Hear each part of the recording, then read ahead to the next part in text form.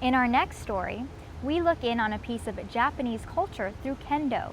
It's an art that traces its origins to the ways of the samurai. Today, it provides a spiritual connection to their ancient philosophy.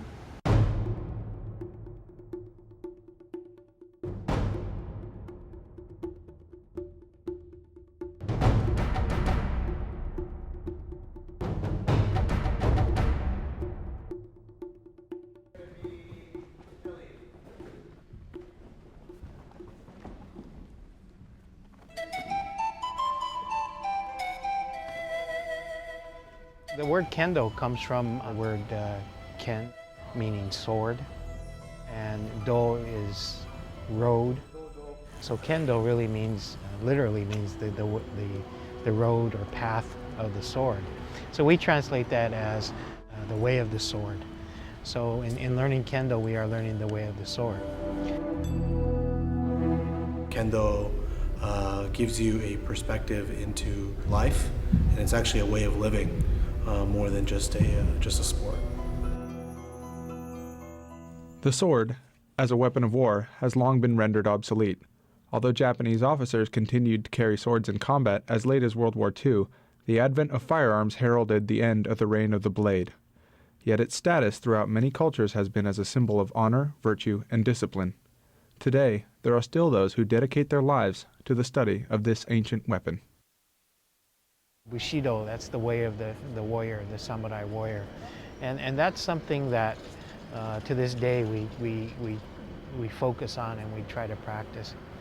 So when somebody says, I want to do Kendo, or I want to fight Kendo, or something like that, we take a very hard look at that and say, is this really the type of students that we're looking for? Because that's not what, to us, Kendo is about. Kendo is about learning the philosophy, the Bushido.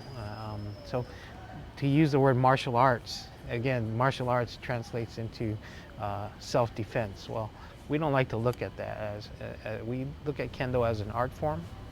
We look at Kendo as a philosophy, a way of life. And so it's not really physical martial arts, learning to defend yourself. Kendo is more about learning about yourself, learning to do the right things, follow the correct path in your life. Tim Yuge-sensei has been studying Kendo since he was 7 years old and has been instructing for more than 30 years. And I think it's important for the children to learn, especially if you have that blood within you, to learn something about your past, your culture and your past. So that's what's vital and important, and that's why I enjoy teaching Kendo.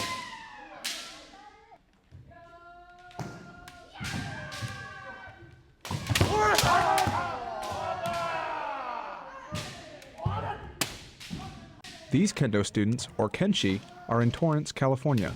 Although the legendary katana wielded by the samurai has been replaced by a bamboo sword called a shinai, the techniques taught in modern Kendo are derived from the ancient sword fighting skills of the samurai.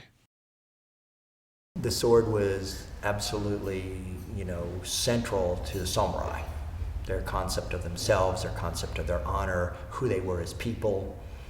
Okay. So sword had a huge impact on samurai culture. Kendo evolved from what was called Kenjutsu years ago. Kendo is a sport. Has almost nothing to do with Kenjutsu. It's completely different. Movement's completely different, but then the end product is completely different. Why would something that had a goal of scoring points, with split pieces of bamboo only on the protected areas of the opponent and surviving in lethal force combat with a sharp piece of steel have much in common? Over 100 years ago, during the Meiji Restoration period of Japan, this was when the samurais were banned from using their swords. And to continue their Bushido training and the way of the sword, they wanted to somehow practice their art form. Good. Oh, Joseph looks good. Oh, Sky, my. Good. Elliot, till the end, yo. Good job. Chris Yang Sensei is the lead instructor at the Torrance Kendo Dojo. He served as the captain of the U.S. national Kendo team and has been a member of the team since 1997. leading them to silver medal finishes at the World Kendo Championships in 2006 and 2009. Yang Sensei says that equally important to the physical aspects of Kendo are the mental and spiritual elements of the training.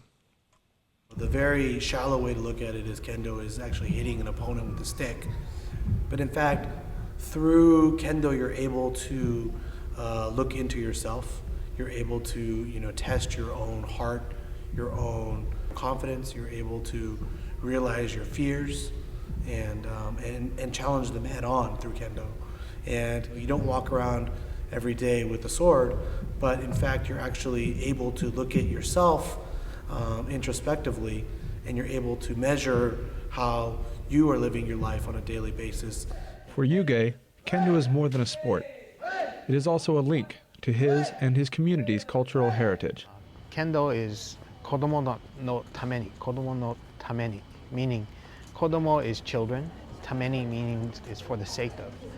And Kendo is for the sake of the children. And what it means by that is that it's the children who will carry on the culture of Japan.